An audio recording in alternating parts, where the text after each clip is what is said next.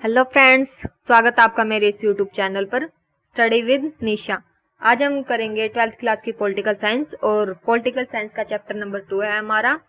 इससे पहले मैंने पार्ट वन अपलोड कर दिया है उसकी वीडियो। आज हम पार्ट 2 पढ़ेंगे, ठीक है। तो ये देखते हैं इसमें क्या है।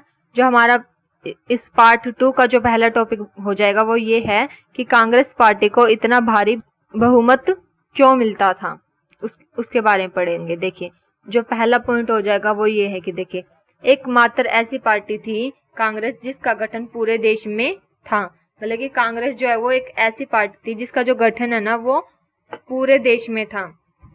दूसरा देखिए पॉइंट जो है वो ये हो जाएगा कि आजादी की इससे विरासत हासिल थी। मतलब कि जो आजादी है ना, मतलब कि कांग्रेस को ना आजादी की विरासत हासिल थी। आगे देखिए तीसरा, नेहरू जी जैसे प्रसिद्ध नेता इस पार्टी में शामिल थे। मतलब कि जो नेहरू जी है वो भी कांग्रेस पार्टी में शामिल थे, इसलिए। आगे देखिए चौथा, बाकी पार्टियां जो थी वो कांग्रेस पार्टी से ही निकली थी। जो बाकी की जो पार्टियां थी ना वो भी कांग्रेस पार्टी से ही निकली थी। पांचवा पॉइंट देखिए, कांग्रेस एक ऐसी पार्टी थी जो सभी वर्गों को साथ लेकर चलती थी। कांग्रेस जो है वो एक ऐसी पार्टी थी जो सभी वर्गों को लेकर साथ चलती थी। जैसे हिंदू मुस्लिम लोग हो गए, वो अमीर गरीब, ये नरम पत्ती गरम पत्ती, मजदूर किसान, उद्योगपति इत्यादि। मतलब कि चाहे कोई भी किसी भी वर्ग का इंसान हो उसको मतलब कि साथ लेकर चलती थी जो ये कांग्रेस पार्टी थी, ठीक है। छठा पॉइंट देखिए, कांग्रेस भिन्न वर्गों में हुए विवादों को सुलझा लेती थी, ठीक है। जो कांग्रेस है ना वो चाहे किसी भी वर्ग में विवाद वगैरह हो उसको सुलझा लेती थी। जो 3 पॉइंट बताए हैं मैंने, इम्पोर्टेंट है ये टॉपिक, इसको अच्छे से सुनिएगा और याद कीजिएगा।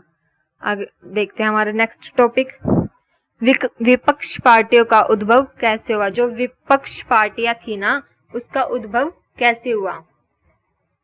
कांग्रेस तथा विपक्ष पार्टी की क्या भूमिका थी, ब्रैकेट में लिखा हुआ है। मतलब कि इसका मतलब है कैसे भी लिख के आ सकता है एग्जाम्स में। इसका ये भी लिख के आ सकता है कि विपक्ष पार्टियों का उद्भव कैसे हुआ, या फिर ऐसे भी लिखा हुआ आ सकता है एग्जाम में कि कांग्रेस तथा विपक्ष पार्टी की क्या भूमिका थी। इसलिए मैंने ये दोनों चीज लिखी हुई है। तो देखिए, पहले चुनाव से पहले कुछ विपक्ष पार्टियों का निर्माण हो चुका था। मतलब कि जब पहला चुनाव हुआ था ना उसमें कुछ विपक्ष जो पार्टियां थी उनका निर्माण हो चुका था। आगे देखिए, इन पार्टियों को ज्यादा सफलता नहीं मिली, लेकिन उन्होंने लोकतंत्र को मजबूत बनाने में अहम भूमिका निभाई। जो ये पार्टियां थी ना इनको ज्यादा सफलता नहीं मिली, लेकिन फिर भी लोकतंत्र को मजबूत बनाने के लिए जो उनकी जो भूमिका थी ना वो अहम थी, ठीक है। आगे देखिए, लोकसभा तथा विधानसभा में इन पार्टियों को कम सीटें मिली, ठीक है। आगे देखिए, विपक्ष पार्टियों ने कांग्रेस की नीतियों की आलोचना की। जो विपक्ष जो पार्टी थी ना उन्होंने क्या किया भाई, जो कांग्रेस की नीतियां थी ना उनकी आलोचना की, ठीक है। आगे देखिए, शुरुआती वर्षों में कांग्रेस और विपक्ष दलों के नेताओं के मन में सम्मान था एक दूसरे के लिए। मतलब कि जब स्टार्टिंग में जो चुनाव वगैरह होते थे उस समय पर तो चाहे कोई भी किसी भी पार्टी का नेता वगैरह हो तो उन दोनों के मन में एक दूसरे के लिए सम्मान इज्जत वगैरह होती थी। मतलब कि आज के जैसा नहीं है कि आज के टाइम पर कोई भी पार्टी के जो नेता वगैरह वो एक दूसरे के बारे में गलत वर्ड्स का भी यूज करते हैं, गलत बोलते भी हैं।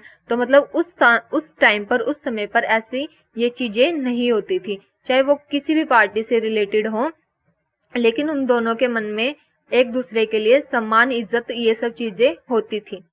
तो आगे देखिए, अंतिम सरकार। नेहरू जी ने अंबेडकर जी को और श्यामा प्रसाद जी को भी अपनी सरकार में शामिल किया। जो अंतिम सरकार बनी ना तो उसमें ना नेहरू जी ने अंबेडकर थे, जो डॉक्टर भीमराव अंबेडकर थे वो, और श्यामा प्रसाद मुखर्जी, इनको भी अपनी सरकार में शामिल किया। जबकि ये विपक्षी थे, तब भी इन्होंने ऐसा किया कि इन्होंने इनको अपनी सरकार में शामिल किया, जबकि ये विपक्षी थे। आगे देखिए, नेहरू जी ने जेपी नारायण जैसे समाजवादियों को भी सरकार में शामिल होने का मौका दिया। नेहरू जी ने ये जेपी नारायण जैसे जो ये समाजवादी थे ना, इनको भी अपनी सरकार में शामिल होने का मौका दिया। ठीक है, तो ये पार्ट 2 है, ये हमारा छोटा सा इस पार्ट में हमारा ये चैप्टर पूरा कंप्लीट हो जाता है। ठीक है, और आपको वीडियो अच्छी लगी